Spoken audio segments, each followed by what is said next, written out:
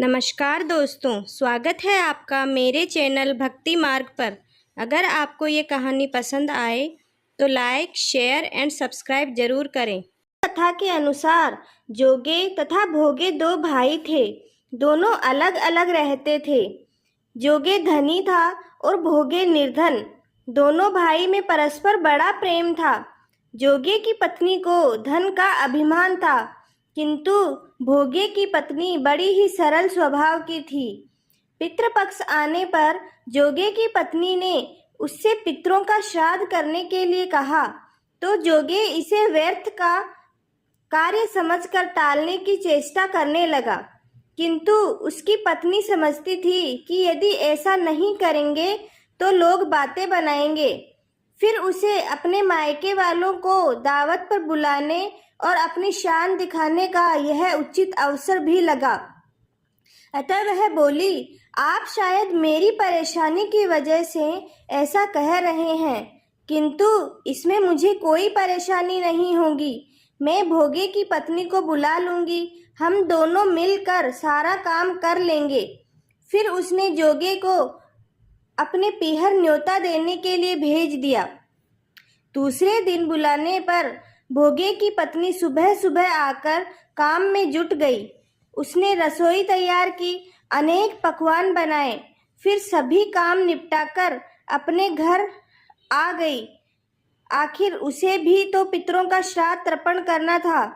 इस पर अवसर पर न तो जोगे की पत्नी ने उसे रोका और न ही जोगे ने, और न ही वह रुकी।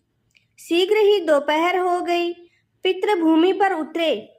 जोगे भोगे के पितृ पहले जोगे के यहाँ गए तो क्या देखते हैं कि उसके ससुराल वाले वहाँ भोजन पर जुटे हुए हैं।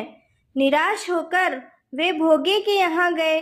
वहाँ क्या था, मात्र पितरों के नाम पर अगियारी दे दी गई थी।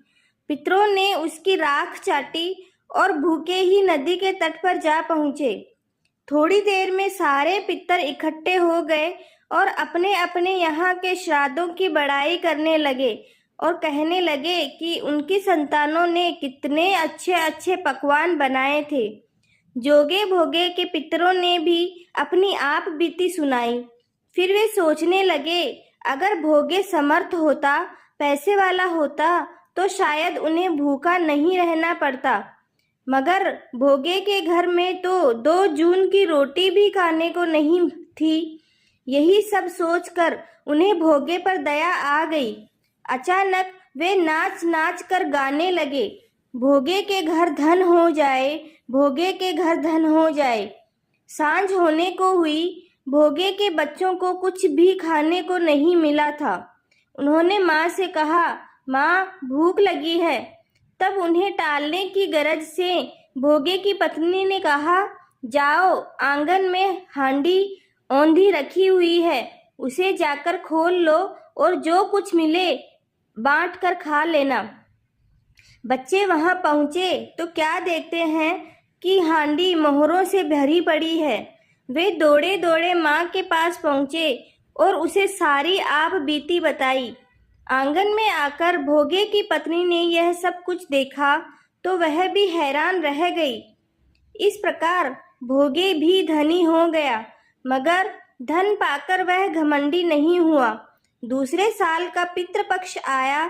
श्राद्ध के दिन भोगे की स्त्री ने 56 प्रकार के व्यंजन बनाए। ब्राह्मणों को बुलाकर श्राद्ध किया, भोजन कराया, दक्षिणा दी। जेठ जेठानी को सोने चांदी के बर्तनों में भोजन कराया। इससे पितृ बड़े प्रसन्न हुए और तृप्त हुए। जय हो पितर महाराज।